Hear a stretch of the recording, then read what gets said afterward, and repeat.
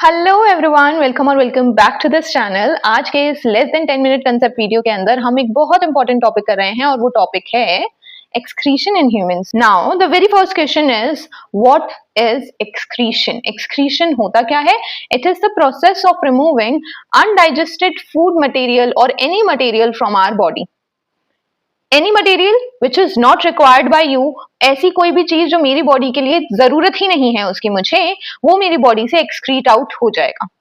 इसके लिए we have excretory system, लेकिन याद रखना कि स्वेट जो होता है ये भी एक एक्सक्रीटरी प्रोडक्ट माना जाता है।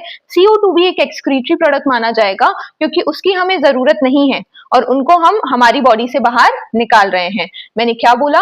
नाइट्रोजनस वेस्ट के अलावा, नाइट्रोजनस वेस्ट तो एक्सक्रीटरी सिस्टम के थ्रू हम पास आउट कर ही रहे हैं। अपार्ट फ्रॉम दैट आपको ध्यान रखना है कि CO2 और स्वेट ये भी एक्सक्रीटरी प्रोडक्ट्स होते हैं, ठीक है, क्योंकि ये भी हमारी बॉडी के लिए जरूरी नहीं है। Now moving two important thing, हमारा नाइट्रोजनस वेस्ट। नाइट्रोजनस वेस्ट जो होते हैं ना, वो 3 तरीके के हो सकते हैं। आपको ये बात ध्यान में रखनी है। क्या क्या हो सकता है? अमोनिया हो सकता है, ठीक है, देन वी हैव यूरिया, और या फिर यूरिक एसिड की फॉर्म में हमारे वेस्ट हमारी बॉडी से बाहर जाते हैं। Not all organisms releases all 3 nitrogenous waste. ये कैटेगराइज हो रखे हैं। जैसे आप देखोगे कि जो अमोनिया होता है ये प्रोड्यूस किया जाता है बाय एक्वेटिक एनिमल्स। जितने भी एक्वेटिक एनिमल है वो अमोनिया रिलीज कर रहे हैं। यस, यूरिया जो होते हैं मैमल्स रिलीज कर रहे हैं, यानी हम हमारा वेस्ट यूरिया के फॉर्म में रिलीज करते हैं। वहीं यूरिक एसिड जो होता है it is released by insects, reptiles, ये हैं जो इसको रिलीज कर रहे हैं। अब मुझे पता है क्लास 10 की बुक में ये सब मेंशन नहीं है, लेकिन क्लास 10 आप लोगों को ध्यान रखना होगा कि आपकी बुक में यूरिया और यूरिक एसिड का टर्म यूज हुआ है। यानी इतनी बेसिक इंफॉर्मेशन आप लोग अगर अपनी बुक में लिख लेते हैं और लर्न कर लेते हैं तो इससे आप लोगों को कोई हार्म नहीं होने वाला है, इवन बेनिफिट होगा अगर क्वेश्चन आ जाता है तो। फाइन, अब समझ लेते हैं हमारे एक्सक्रीटरी सिस्टम को। हमारे एक्सक्रीटरी सिस्टम में मेजर 4 पार्ट्स मेंशन होते हैं, राइट? मेजर 4 पार्ट हैं। Let's change the, yes, major 4 parts हैं। वो क्या क्या हैं? पहला है किडनी। सबको पता है कि किडनी एक बीन शेप्ड ऑर्गन है। हमारे पास 2 किडनीज प्रेजेंट हैं। Then we have ureters. Ureter क्या होते हैं? ये जो ट्यूब लाइक स्ट्रक्चर है इन्हें यूरेटर कहते हैं। 2 यूरेटर्स हैं हमारे पास। Then we have urinary bladder and urethra. Urinary bladder में यूरिन स्टोर किया जाता है जो कि कहीं यहाँ पर है, and then we have at last here urethra. तो होता क्या है कि किडनी के अंदर यूरिन को फिल्टर किया जा रहा है। किडनी के अंदर यूरिन फिल्टर हो रहा है, उसके बाद वो यहाँ पे एंटर करेगा यूरेटर में। दोनों यूरेटर से वो यूरिन कहाँ आएगा? यूरिनरी ब्लैडर में, और यहाँ पे स्टोर हो जाएगा। इसके बाद when we feel to pass it out, right, urinary bladder का अगर प्रेशर फुल हो जाता है then we release it out through urethra. That is the entire basic process happening. अब सिर्फ आपके लिए इंपॉर्टेंट सवाल ये आ जाता है कि इस किडनी के अंदर किस तरीके से यूरिन का फॉर्मेशन हो रहा है, हाउ यूरिन इज फॉर्म। लेकिन इससे पहले हम इस किडनी का एक जूम डायग्राम देख लेते हैं। ये किडनी का एक जूम डायग्राम है जिसके अंदर आप ये ट्रायंगुलर स्ट्रक्चर्स देख रहे होंगे। ये ट्रायंगुलर स्ट्रक्चर्स जो होते हैं इन्हें हम मेड्यूलरी पिरामिड्स कहते हैं। अगेन क्लास 10 आपके पास ये वाला टर्म आपकी बुक में मेंशन नहीं है। मैं सिर्फ इसलिए मेंशन कर रही हूँ ताकि आपको समझ आ जाए, क्योंकि लिंक कुछ है नहीं, डायरेक्टली नेफ्रॉन पढ़ा दिया है और आप लोग को समझ नहीं आ रहा है कि काम कैसे हो रहा है। तो पहले बस ये समझो कि किडनी के जूम इन स्ट्रक्चर के अंदर, किडनी का इंटरनल स्ट्रक्चर के अंदर we have these medullary pyramids, we have this medullary pyramids, और इन मेड्यूलरी पिरामिड्स में ही हमें मिलेगा क्या? नेफ्रॉन। इसी के अंदर हम देखेंगे नेफ्रॉन्स को। अब हम समझ लेते हैं कि नेफ्रॉन क्या होता है और उसका स्ट्रक्चर कैसा होता है। खत्म करें फटाफट से। चलो, नेफ्रॉन जो होता है वो क्या है? Nephron is the functional unit of kidney. ये तो पता है हमें कि किडनी की बेसिक फंक्शनल यूनिट हो सकती है नेफ्रॉन। जान के हैरानी होगी, लेकिन एक किडनी के अंदर लगभग 1 मिलियन नेफ्रॉन पाए जा सकते हैं। नेफ्रॉन के ना 2 मेजर पार्ट्स हैं। इसको इस तरीके से पढ़िए, आपको समझ आ जाएगा। सबसे पहली बात ये याद रखनी है कि नेफ्रॉन के 2 मेजर पार्ट्स हैं, ठीक है? क्या है वो 2 मेजर पार्ट्स? वो 2 मेजर पार्ट हैं ग्लोमेरुलस एंड रेनल ट्यूब्यूल। कहाँ है ये? तो ग्लोमेरुलस तो ये रहा यहाँ इसके अंदर। ग्लोमेरुलस कहाँ है? इस येलो जो बॉल जैसा स्ट्रक्चर है ना, इसके अंदर है ग्लोमेरुलस। ग्लोमेरुलस इसके अंदर है। और बचा हुआ ये पूरा येलो पार्ट रेनल ट्यूब्यूल है।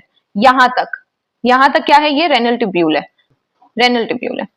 और ग्लोमेरुलस, रेनल ट्यूब्यूल, और अब इसके बाद बारी आती है ग्लोमेरुलस, रेनल ट्यूब्यूल, और अब इसके बाद बारी आएगी किसकी? कलेक्टिंग डक्ट की।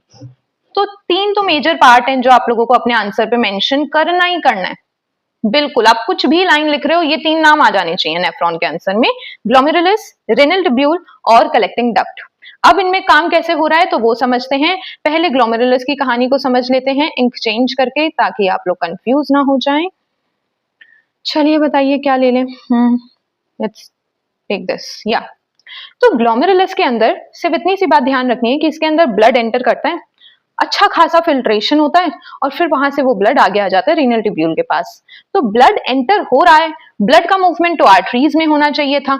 तो यहाँ पे आप ये देख रहे हो, ये वाली आर्टरी, इसी को कहते हैं हम एफेरेंट आर्ट्रियोल। क्या कहेंगे? Efferent arteriole. ये क्या करेगा? ब्लड को लेकर आ रहा है, ये ब्लड लेकर आ रहा है। ब्लड इसके अंदर गया, यहाँ पे क्या प्रेजेंट है? बहुत सारी कैपिलरीज प्रेजेंट है, बहुत सारी, और उन कैपिलरी में ये ब्लड फिल्टर हो जाएगा। जितना फिल्टर यहाँ हो सकता था हो गया। अब ये ब्लड है ना, यहाँ इससे बाहर निकलेगा, यहां से बाहर निकलेगा, और इसे हम कहते हैं क्या? Efferent arteriole. क्या कहेंगे? Efferent arteriole. यहां से ब्लड बाहर निकला, अब ये ब्लड इसी के साथ मूव करेगा, लेकिन आप देख रहे हो बगल में क्या है? बगल में ये रहे रेनल ट्यूब्यूल्स, ये रहे रेनल ट्यूब्यूल, रेनल ट्यूब्यूल्स, यहाँ पे देखो रेनल ट्यूब्यूल, रेनल ट्यूब्यूल और ये जो ब्लड वेसल है ना, ये साथ साथ मूव कर रहे हैं। और इसके दौरान हो क्या रहा है? इसके दौरान हो रहा है एब्जॉर्प्शन, रीएब्जॉर्प्शन।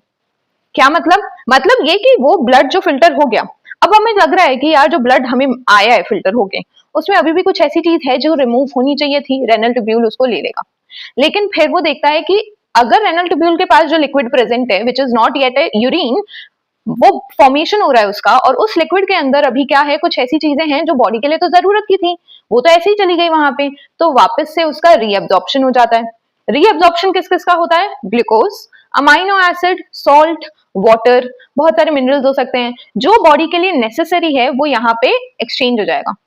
कहाँ पे होगा ये सारा एक्सचेंज का काम? यहाँ पर होगा, दिस पोर्शन, यहाँ पे ये पूरा एक्सचेंज चल रहा है, ठीक है। और फिर फाइनली हमारा जब यूरिन फाइनली फॉर्म हो जाएगा, बन चुका है, तो ये यूरिन यहाँ रेनल ट्यूब्यूल से पास होगा किसमें? कलेक्टिंग डक्ट में। इस कलेक्टिंग डक्ट से आगे कनेक्ट है क्या? यूरेटर्स। बिल्कुल, किडनी के बाहर निकलते ही क्या मिल जाएंगे इन्हें? यूरेटर्स। यूरेटर्स याद है, अभी हमने लास्ट पढ़ा बस। तो तीन बातें हैं, glomerulus, renal tubule, collecting duct. Glomerulus में एफरेंट आर्ट्रियोल और इफरेंट आर्ट्रियोल से क्या आ रहा है? ब्लड आ रहा है, और वो ब्लड फिल्टर हो रहा है, फिल्टर होने के बाद एब्जॉर्प्शन रीअब्जॉर्प्शन का गेम हो रहा है, वो भी कहां पर? रेनल ट्यूब्यूल के पास। और वहां से जब यूरिन बन जाए तो कलेक्टिंग डक्ट में कलेक्ट हो जाता है, और फिर यूरेटर से पास होकर यूरिनरी ब्लैडर में स्टोर हो जाता है। बस अब यहाँ पे थोड़ी सी बात और ऐड कर लेते हैं, और वो ये है कि रेनल ट्यूब्यूल ना 4 चीजों में डिवाइडेड है, क्योंकि अभी आप सोच रहे होंगे कि ग्लोमेरुलस तो बोल रहे हैं, बोमेन्स कैप्सूल का नाम नहीं लिया, क्योंकि वो रेनल ट्यूब्यूल का एक हिस्सा है बस। ये जो यहाँ पे ऐसा कप जैसा स्ट्रक्चर हमें दिख रहा था, ये जो कप जैसा स्ट्रक्चर दिख रहा है, ये क्या है? ये बोमेन्स कैप्सूल ही तो है। ये क्या है? ये बोमेन्स कैप्सूल है। यहाँ पे क्या है? ये पूरा बाहर का स्ट्रक्चर बोमेन कैप्सूल ही तो है, और उसके बाद ये रेनल ट्यूब्यूल की कहानी स्टार्ट हो गई थी। रेनल ट्यूब्यूल के अंदर आप देखोगे कि यहाँ पे बोमेन कैप्सूल के अलावा मैंने कुछ 3 चीजें और लिखी है। प्रॉक्सिमल कॉन्वोल्यूटेड ट्यूब्यूल, जिसे कहा जा सकता है PCT, Henle's loop, and then we have DCT, distal convoluted tubule. PCT कौन सा पोर्शन होगा? वो ये वाला हिस्सा होगा, यहां से लेके यहां तक में आप देखेंगे, इसे हम कहते हैं पीसीटी। यहाँ पे नेक्स्ट वी हैव यहाँ एंड पे डीसीटी। यहाँ पे ये जो लूप है ना नीचे की तरफ, this is known as Henle's loop. This loop is known as Henle's loop. बस इतना सा मैंने सिर्फ स्ट्रक्चर की बात ऐड करी है। रेनल ट्यूब्यूल इस तरीके से डिवाइडेड होता है। आई होप समझ आ गया होगा कि मैंने क्या बात करी है। यहाँ पे डायग्राम अब देखने में थोड़ा सा कॉम्प्लेक्स लग रहा होगा, लेकिन ऐसा कुछ नहीं है, बहुत नॉर्मल है चीजें। ये बस आप लोगों की बुक के अंदर मेंशन है, और इसलिए मैंने यहाँ पे आपको समझाया है, और ये समझना जरूरी है while writing your answer. Concept clear नहीं होगा ना, तो साइंस के लॉजिकल क्वेश्चन तो कर ही नहीं पाओगे। होपफुली वीडियो क्लियर हुआ होगा, होपफुली टॉपिक समझ आया होगा, और अगर टॉपिक क्लियर है, समझ आ रहा है जो समझा रही हूँ, then please do subscribe my channel, like this video, share it with your friends. बहुत इंपॉर्टेंट टॉपिक है। Thank you, bye bye.